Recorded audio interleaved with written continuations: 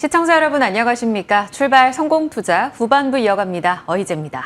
안녕하세요. 이혜은입니다. 간밤 미증시 장중의 흐름은 나쁘지 않았는데 3대 지수 모두 약보합으로 마무리를 했습니다. 글로벌 원샷 함께 보시죠. 3대 지수가 장중에는 내용이 아주 나쁜 것은 아니었는데 결론적으로는 모두 하락하면서 마무리를 했습니다. 2년물 입찰 수요가 굉장히 강하게 나타났는데요. 막판 순환매가 돌면서 러셀 2000 지수가 상승하면서 마무리를 했고 반면에 장중에 좋았던 흐름을 좀 반납했다라고 요약을 해볼 수가 있을 것 같습니다. 거기다가 빅테크 기업들의 실적 발표를 대기하는 과정에서 약간 투자 심리가 억눌렸다는 점도 작용을 했을 텐데요. 테슬라는 한마디로 요약을 하면 순이익이 컨센서스를 하회했고 알파벳의 경우에는 순이익과 매출 모두 더블 비트를 기록을 했는데 다만 약간 좀 아쉬운 면이 있었는지 시간외에서 주가 하락이 나오고 있습니다. 이 부분은 잠시 뒤에 조금 더 자세하게 짚어보기로 하겠고요. 카멀라 해리스를 중심으로 민주당 의원들의 결집세가 상당히 강하게 나타나고 있습니다. 이에 따라서 로이터와 입소스가 동시에 함께 진행을 했던 여론조사에서 처음으로 양자 대결에서 트럼프 후보를 앞서는 결과를 받아들게 됐는데요. 모든 베팅 사이트에서 여전히 트럼프 후보가 우위에 있기는 합니다만 점차적으로 양강 구도로 조금씩 대선의 흐름이 재편되는 모습을 살펴볼 수가 있습니다. 상세 지표들도 들여다보면요. 기존 주택 매매가 5.4% 하락한 것으로 나타났는데 2년 내 최대 월별 감소폭을 나타냈다라는 부분들, 미국의 경제 전반적인 모습을 살펴볼 때 중요하게 지켜보면 좋을 것 같습니다. 이더리움 ETF 거래 첫날이었습니다. 이더리움과 비트코인의 가격이 조금 엇갈리는 흐름으로 나타났는데요. 비트코인은 65,000달러 선까지 내려와 있는 모습인데 아무래도 트럼프 후보가 카멀라 해리스와 함께 양강 구도로 재편되고 있다는 흐름이 비트코인의 시세에 영향을 주고 있는 것으로 풀이가 됩니다. 이더리움 ETF 거래 개시 첫날 이더리움 가격은 3,490달러 선에서 움직임 나타내고 있는데 카멀라 해리스의 경우에도 목요일로 예정이 되어 있는 비트코인 관련 컨퍼런스에 트럼프 후보뿐만이 아니라 본인도 연설에 나설 수 있다라는 것을 검토하고 있다고 하니까요. 비트코인 시세에 영향을 주는지 한번 지켜보시면 좋겠습니다.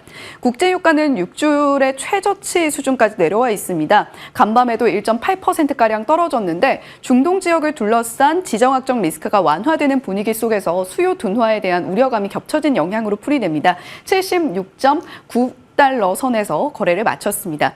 자, 애플은 2026년에 폴더블 폰 그리고 폴더블 맥북에 대한 구상을 하고 있다는 소식이 미국의 IT 전문 매체 디인포메이션에 의해서 흘러나왔습니다. 지난 2월에 폴더블 폰을 결국 접는다라는 소식이 들려왔는데 정말로 접는 폴더블 폰을 이제는 내놓는 것인지 한번 주목을 해보시면 좋겠습니다. 간밤에는 0.5%의 주가 상승 만들어냈고요. 클라우드 부분에 월가가 집중을 하고 있습니다. 아마존, 모건 스탠리에서 AWS 클라우드의 강력한 성장을 기대한다라고 이야기하면서 목표 주가를 올려잡았습니다. 간밤 주가는 2% 넘게 오름폭 나타냈습니다. 연말 전망치인 5,800포인트를 넘어서서 내년에는 S&P 500이 6,500포인트에 달할 수 있다는 전망이 바클레이즈를 통해서 나왔습니다. 연말 목표치는 5,600포인트로 올려잡았고요. 파이퍼센틀러는 연말 목표치를 5,800포인트로 전망을 상향 조정을 했습니다. 금리 인하라던가 여러 가지 실적에 대한 성장세들이 S&P 500 지수를 조금 더 끌어올릴 수 있을 것이다라는 것인데 다만 간밤에는 엔비디아가 0.7%가량 하락했고요.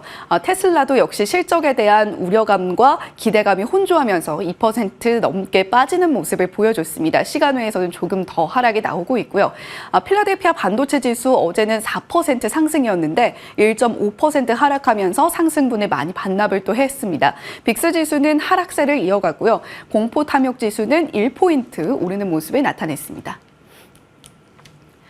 테슬라의 넥스트 레벨은 어떻게 될까요? 일단 걸어온 숫자부터 짚어봐야겠죠. 매출액은 전년 동기 대비 2% 성장에 그쳤습니다. 주당 순이익은 무려 43% 하락하는 모습을 보여줬고요. 자동차 매출도 7% 줄어들었습니다. 또 간밤에 실적 발표를 내놨던 곳이 GM이었는데 GM 같은 경우도 연간 목표치 대비를 생각했을 때 분기 자동차 판매량, 특히 전기차의 판매량이 굉장히 부진했다라는 점에서 주가 하락을 면치 못하는 모습이었죠. 테슬라 역시도 전기차 수요 둔화에 이 칼바람을 피해가지 못하고 있는 듯한 분위기입니다. 그래도 매출 안에서 수익 구성이 어떻게 났는지를 들여다보면 그렇게까지 내용이 나쁘진 않습니다. 자동차 매출이 7% 하락했습니다만 에너지 사업부의 매출 성장세 보시죠. 전년 동기 대비 무려 100%의 성장세 나타내면서 30억 달러가량의 매출을 올렸습니다. 서비스 부문의 경우에도 21% 상승하는 모습을 보여줬는데요. 영업마진과 영업현금 흐름도 체크를 해보시면서 앞으로 현금과 투자금은 39억 달러 늘어난 307억 달러로 가져가겠다라는 이야기도 이번 실적 발표에서 들여다볼 수가 있었습니다. 거기다가 2025년 내년에는 상반기에 신차를 출시할 것이다라고 했고 거기다가 약간 저가 모델일 가능성도 함께 내포를 했습니다. 거기다가 그와 더불어서 머스크 CEO가 로보택시 공개 일정도 발표를 했는데요. 언제쯤 이게 구체적으로 날짜가 나올 것이냐가 시장의 큰 관심사였습니다. 10월 10일로 연기한다라는 소식이 들려오면서 주가 반등에는 실패하는 모습을 시간외에서 보여줬고요. 의미 있는 숫자들 한 번 더 짚어보겠습니다. 에너지 저장 구축 설치가 9.4기가와트시로 역대급 수치였다라고 살펴볼 수가 있었고요. 사이버 트럭이 올해 말쯤이면 수익을 만들어낼 수 있을 것이다라는 코멘트도 함께 들여다볼 수 있었습니다.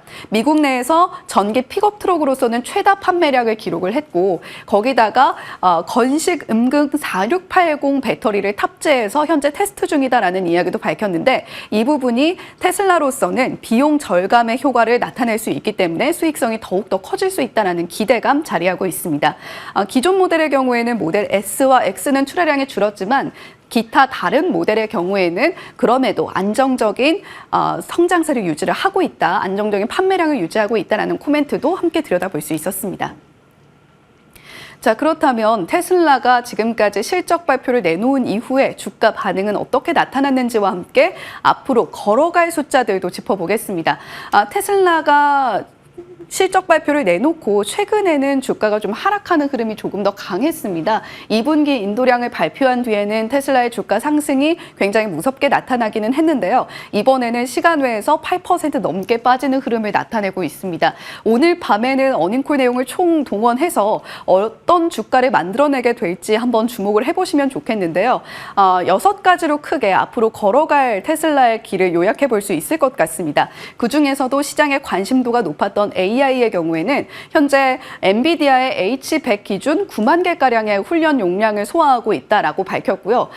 테슬라의 슈퍼컴퓨터죠. 도조의 2배가량의 투자를 집행하고 있다라는 이야기도 함께 전했습니다. 아무래도 엔비디아의 칩이 부족하다 보니까 자체 공급을 달성하기 위한 포석이다라고 이야기를 하고 있고요.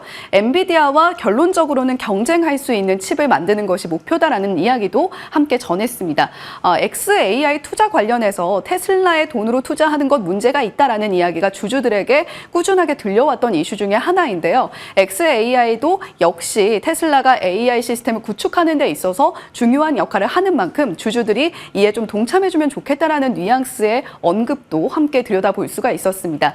FSD 자율주행과 관련해서는 유럽이나 중국 같은 타국 승인의 요청을 진행하고 있다라고 하고요. 연내 좀 가능할 것으로 보인다라는 이야기도 함께 전했습니다. 저가 모델과 로보택시 이야기는 앞서서 전해드린 바가 있고 에너지는 전년 동기 대비 100% 성장세를 보여줬습니다만 현재 멕시코의 경우에는 대선과 관련해서 관세 이슈가 있을 수 있기 때문에 대선 이후에 최종적으로 결정하겠다라는 코멘트도 함께 들여다볼 수가 있었습니다. 또 하나의 역점 사업이 로봇일 텐데요. 테슬라가 옵티머스 휴머노이드 로봇에 있어서 2025년에 시험 생산을 해서 자체적으로 배치를 하고 2026년에는 판매까지도 구상을 하고 있다라는 이야기를 머스크 CEO의 X글을 통해서 들여다본 적이 있습니다. 이번 어닝콜을 통해서 살펴볼 수 있었던 추가적인 내용, 장기적으로는 테슬라 내에 기타 분야 대비 더 큰 매출을 옵티머스에서 우리가 바라볼 수 있을 것이다라는 코멘트도 내놨으니까요. 이 부분까지 집중해서 살펴보시면 좋겠습니다. 알파벳의 실적도 저희가 들여다봐야겠죠. 매출과 순이익은 모두 시장의 컨센서스를 상회하는 수치로 저희가 받아들었습니다. 다만 유튜브 광고 매출이 좀 아쉬웠고요. 전반적으로는 클라우드 매출의 성장세가 굉장히 놀라웠기 때문에 실적 면만 들여다봤을 때는 그다지 나쁜 숫자는 아니었습니다. 특히 순다르 피차이 CEO의 경우에는 검색 분야의 강점 그리고 클라우드 모멘텀이 매출 성장을 이끌었다. 그리고 클라우드 분야에서 약간 좀 뒤처진 것으로 평가가 됐던 구글 알파벳이었는데 여기서 성과를 내고 있다는 점은 상당히 긍정적입니다. 다만 좀 돈을 많이 쓰고 있다는 것이 문제인데요. 사이버 보안 스타트업 위즈를 인수하려고 했지만 이 부분은 일단 무산이 됐습니다. 그런데 자동차 사업부 웨이모, 자율주행 택시죠. 이 웨이모에 수년 동안 50억 달러 추가 투자를 진행하겠다라는 소식이 들려오면서 AI로 돈을 벌면 뭐 하나 계속 쓰는데 라는 인식과 함께 시간 외에서 주가가 상승이 나오다가 하락으로 전환하는 모습을 들여다볼 수가 있었습니다. 하지만 그럼에도 불구하고 모건 스탠리와 파이퍼 샌들러, 아마존, 구글 그리고 마이크로소프트를 필두로 한 클라우드 시장의 성장세는 높게 보고 있으니까요. 우리나라에 상장된 더존 비즈온 같은 클라우드 관련 종목들은 오늘 시장에서도 지속적으로 주목해 보실 필요가 있겠습니다. 이렇게 간밤 실적 발표로 좀 바삐 흘러갔던 미국 시장이었습니다. 약보합으로 마감을 했다는 것이 조금 아쉽긴 합니다만 이 실적 발표 내용들 안에서 우리가 또 투자 포인트 찾아볼 수 있겠죠. 네, 빅테크의 실적을 소화하는 이 구간 변동성보다는 그래도 이제 확인하는 작업에서 좀 더 긍정적으로 반영되면 참 좋겠습니다. 자, 그럼 어제 우리 시장도 이미 숫자를 반영하는 모습 속에 마감이 됐는데요. 이 부분부터 체크하겠습니다.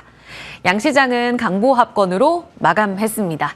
그 전날까지 정말 무섭게 밀렸기 때문에 드디어 하락이 좀 진정됐다라는 데 환호할 수 있었던 하루였는데요. 반등폭은 아쉽다고 볼 수 있습니다. 코스피 닷새 만의 상승으로 60일선 더 깨고 내려가진 않았습니다. 0.39%의 상승으로 거래 마쳤고요. 외국인이 닷새 만에 역시 컴백하면서 지수를 견인했습니다. 2천억 원 넘게 수급이 들어왔고요. 코스닥도 마찬가지입니다. 0.27%의 상승을 보이면서 1,250억 원의 매수 우위, 외국인들의 자금이 고르게 현물 시장 쪽으로 들어갔습니다. 환율은 계속해서 이틀째 내리고 있는 상황이고요. 다만 현물 시장에선 사고 있지만 선물 시장에서는 나흘째 매도가 이어졌다는 점은 아쉽습니다. 어제 이끌었었던 쪽, 주도주격인 IT, 그러니까 그 안에서도 반도체 종목 삼성전자가 돌아왔다라는 데 의미를 둘 수 있겠고, 하이닉스는 보합권에서 거래를 마쳤습니다. 자동차 쪽이 고개를 들면서 전차주가 함께 올랐고요. 일단 지수의 반등을 이끈 건 그 전날 미국의 대형주 기술주들의 반등이 있었습니다. 트럼프 트레이드도 약화되는 움직임 속에 위험자산 선호 심리가 강화되는 모습 속에 어제 상승을 이끌었고요. 특히 삼성전자와 함께 LG그룹주 안에서 LG전자 같은 실적 탄탄한 쪽, LG디플, 현대차, 기아 이번 주 실적 발표 앞두고 있는데요. 자동차 쪽으로 밸류업 기대감까지 불면서 숫자가 단단할 쪽으로 매기가 돌았습니다. 그리고 바이오 같은 경우엔 최근 들어서 여전히 주도주격 안에서의 지위를 뽐내고 있습니다. 사실상 이렇게 성장주가 뒤흔들릴 때에도 또 반도체가 고점에서 흔들릴 때에도 그리고 조선, 방산, 원전 같은 순환매단 안에서의 움직임들이 꽤 변동성을 나타내고 있지만 이 안에서의 상승세는 계속 이어지고 있는데요. 어제도 알테오젠 8%의 강세를 보였고 외국인들이 모천 원 만에 담아가는 모습을 보였습니다. 테르가제 관련해서 임상 성공적으로 나왔다라는 내용도 전해졌고요. 그리고 비만 치료제 관련 종목들의 상승 랠리는 과연 어디까지 가는가? 일리아일리라든지 노보노디스크는 최근 경쟁 심화 속에 다소좀 고점에서 주춤하죠. 하지만 국내 관련 종목들 기술 이전의 한계라는 목소리에도 불구하고 계속해서 고점입니다. 대봉 LS, 블루엠텍 좋았고요. 제일 중요했던 건 어제 숫자를 보여준 전력 설비. 전선주들까지 일제히 상승하면서 어제는 전력 인프라 쪽으로의 강세가 이어졌습니다.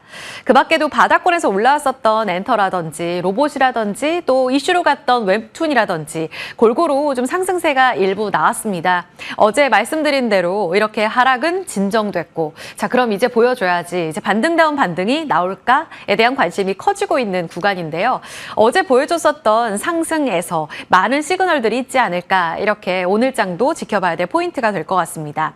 아쉬웠던 반등에 대해서는 일단 글로벌 증시 안에서 우리 시장이 올랐다는 측면은 확실히 하락은 진정이 좀 됐구나. 그래 코스피 좀 과도하게 밀렸다라는 측면을 살펴볼 수 있는데 어제 상승의 질이 좋진 못했습니다. 하락 종목이 많았고 그 전날도 신저가 종목들 소출했는데 이날도 300개 가까운 종목들이 추가적으로 더 빠졌습니다.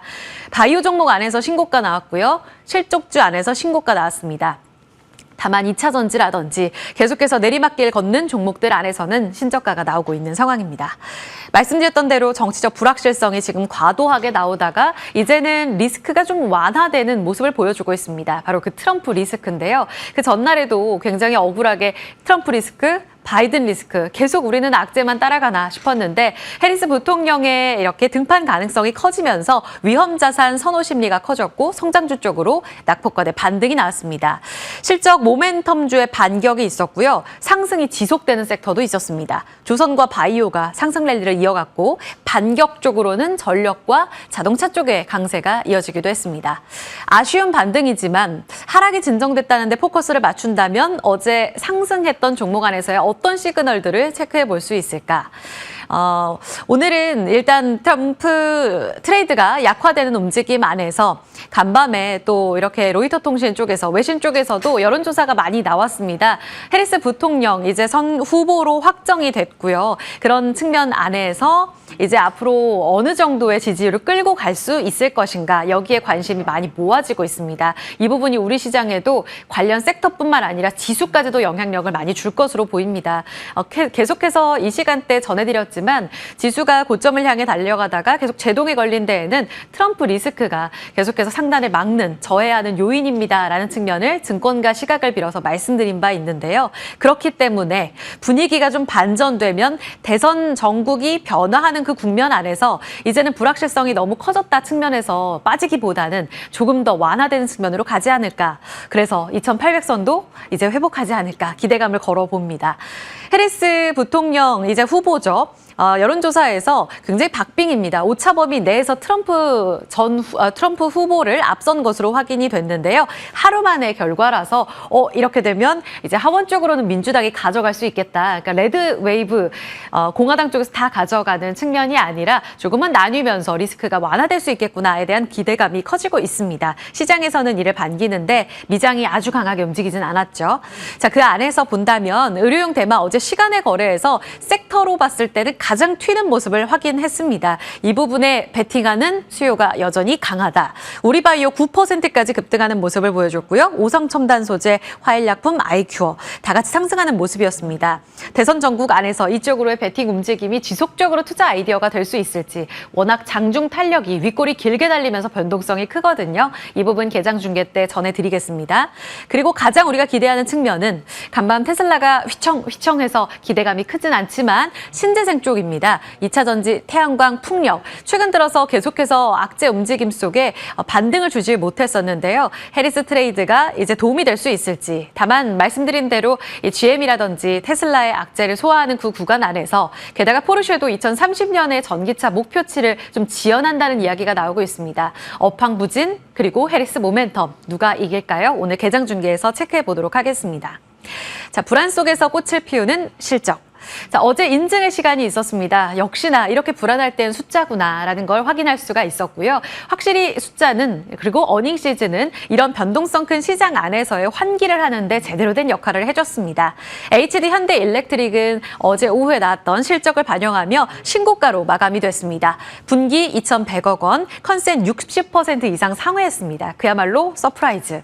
다만 3분기 분기 전망치를 본다면 한 1,700억 원 할 것 같다라는 전망입니다. 실적은 꾸준히 좋긴 한데 QOQ로는 살짝 떨어지죠. 이 부분 증권사에서 계속해서 어떻게 커버리지를 낼지는 보셔야겠고요. 일단은 어제 실적 보고는 TP 다 상향 조정. 이거 오늘 아침에 나온 리포트로 정리해드린 거거든요. 41만 원에서 높게는 50만 원까지 TP를 높여 잡고 있습니다. 어제 종가 대비로 아직까지 18, 40% 이렇게 상승 여력이 남아 있습니다. 그럼 지금이라도 여기에 대한 전략도 궁금하시죠? 이 부분 오늘 체크해 볼 거고요. 또 금융주 안에서 단에서는 이제 KB금융지주가 대장 역할을 하는데요.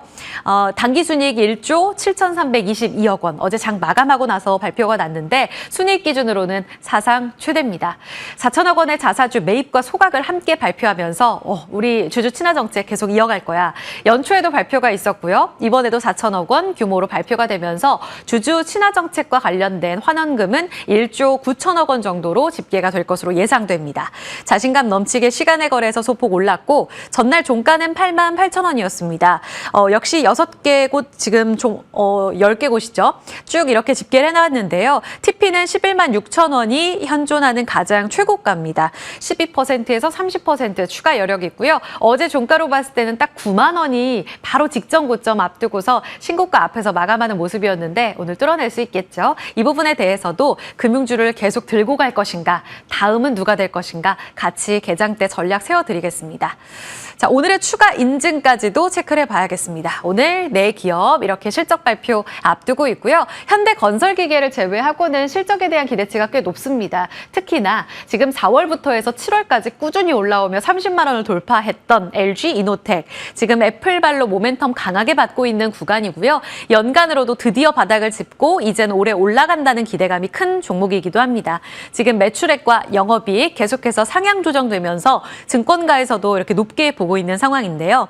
어제 28만 원대에서 거래를 마쳤기 때문에 아직까지 높게는 30%의 여력이 남아 있습니다. 시원하게 뚫어줄 수 있을지 보셔야겠고요. 더불어서 실적과 모멘텀까지 장착이 가능할 것 같은데요. 앞서 해운 앵커가 잠깐 소개해드렸습니다. 애플 폴더블 2026년에 이제 공개를 하는가. 프로젝트 다시 좀 힘쓰고 있다라는 내용이 한 매체를 통해 전해지게 되면서 이 부분이 외신에서도 많이 거론이 됐습니다. 이미 공급업체랑 부품 조달과 관련해서 접촉한 것으로 알려진다. 그리고 중요한 건 어떻게 나올까인데요. Z 플립과 마찬가지로 이렇게 조개 껍데기 클램쉘 디자인 으로 나올 것으로 예상되고 있습니다. 지금 애플 이렇게 모멘텀 받아가면서 클램쉘로 우리가 기대하는 그 모양으로 나올 수 있을지는 보셔야겠는데요. 관련 종목들의 움직임도 지켜보셔야겠습니다. 최근 들어서 강하게 올라가지는 못하고 있는 가운데 오늘 이노텍의 경우에 또 LG 디스플레이 같은 경우에 애플발로 다시 한번 추가 상승이 나올지 체크해 보셔야겠습니다. 브리핑 여기까지 살펴볼게요.